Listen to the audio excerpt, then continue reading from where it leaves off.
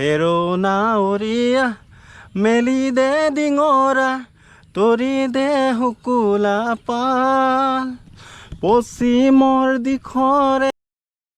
সতীৰ্থসকল, অকণমান ব্যক্তিগত কথা শ্বেয়াৰ কৰিব বিচাৰিছোঁ। লগত মোৰ দেউতা আছে আৰু যিখন নাৱত উঠি আছোঁ, বিশেষকৈ মোৰ আজি 30 বছৰ পাৰ হ'ল। তো এই নাওখনো চাগে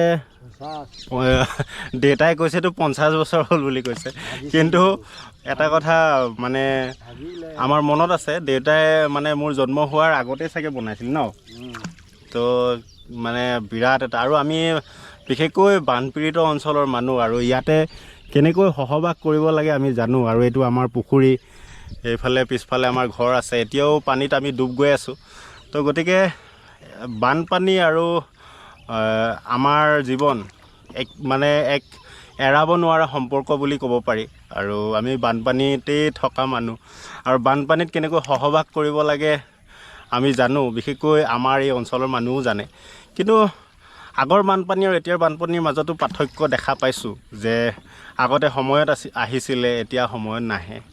তো তেনেকুৱাও কিছুমান সমস্যা আহে, আৰু বিশেষকৈ কিছুমান বান হ'বৰ পৰা আমাৰ এই অঞ্চলৰ পানীবোৰ তাৰমানে পটককৈ সহজে ওলাই নাযায়। এতিয়া পানী শুকাইছে যদিও পটককৈ ওলাই যোৱা নাই, লাহে লাহে ওলায়, ধীৰে স্থিৰে ওলায়। গতিকে বহুখিনি পাৰ্থক্য এই বানপানীত দেখিবলৈ পাইছোঁ। তো এয়া আমাৰ পুখুৰীও ডুব গৈছিলে, ঘৰো ডুব যাওঁ অৱস্থা। বিশেষকৈ আমি এতিয়া ৰিলিফ খাই আছোঁ, আৰু দেউতা মাহঁতি ৰিলিফ খাই আছে। গতিকে ব্যক্তিগত কিছুমান কথা শ্বেয়াৰ কৰিব ওলাইছোঁ। আৰু আমি জাল লৈ লৈছোঁ, সেইখন দেউতাই এতিয়া কাৰেং জাল পাতিব। মাছ লাগে নালাগে সেইটো পিছৰ কথা, কিন্তু আপোনালোকে এই কাৰেং জালখনক কি বুলি কয় জনাবচোন। আমাৰ এইফালে কাৰেং জাল কওঁ, কিছুমানে ফাঁচি জাল বুলি কয়। তো গতিকে ইয়াৰ বিভিন্ন নাম আছে। তো দেউতাই কৈছে কাৰেং জাল কয় বুলি। তো এনেকুৱা এটা সুন্দৰ পৰিৱেশত গান গাবতো নাজানোৱে, তথাপিতো অকণমান দেউতাইও মানে বঠা মাৰি আছে ন, নাও বাই আছে। আচলতে যিডালে বাইছে সেইডাল লগি বুলি কয়, লগিডালে বাইছে। তো গতিকে এটা মনত পৰিছে, হেৰো নাৱৰীয়া মেলি দে ডিঙৰা তৰি দে শুকুলা পাল পশ্চিমৰ দিশৰে পচুৱা আহিছে, পশ্চিমৰ দিশৰে পচুৱা আহিছে, বতাহ বলিছে ভাল। তাৰমানে বিশেষকৈ গানটোও অকণমান আমাৰ লগত জড়িত গান, আৰু বিশেষকৈ এই অঞ্চলত, বিশেষকৈ অগৰাতলি বেলগুৰি অঞ্চল মানে বানপানীৰ অঞ্চল।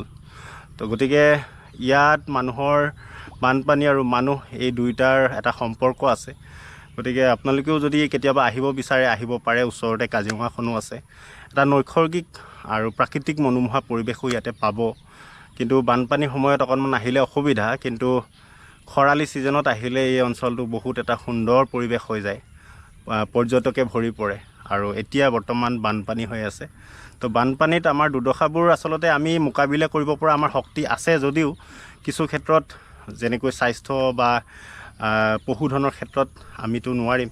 তো গতিকে ৰাইজক এই পশুধন আৰু মানুহৰ স্বাস্থ্যৰ কাৰণে, যিহেতু বানপানী হৈ যোৱাৰ পাছত মানুহৰ বিভিন্ন ৰোগ হয় বা জীৱ জন্তুৰো ৰোগ হয়, বেমাৰ হয়। তো সেইখিনি ক্ষেত্ৰত আৰু আপোনালোকে বা মানে চৰকাৰে সহায় সহযোগিতা আগবঢ়াব লাগে। গতিকে আগবঢ়াই আছে আৰু আগবঢ়াব লাগে। তো গতিকে এটা সুন্দৰ পৰিৱেশত আপোনালোকে ইয়াত গোটেই পানী, এইফালে পানী, আৰু একদম নষ্টালজিক হৈ গৈছোঁ। একদম মানে মোৰ যিমান বয়স হৈছে, এই নাও একেবাৰে সেইফালে আগফালেতো একেবাৰে মানে পচি গৈছে। আৰু তথাপিতো মানে স্মৃতি হিচাপে এই নাওখন আছে। নাওখনক ৰখাইছোঁ এইটো কাৰণে, দেউতাই এই নাওখনতে এটা সময়ত ব্যৱসায় কৰিছিলে।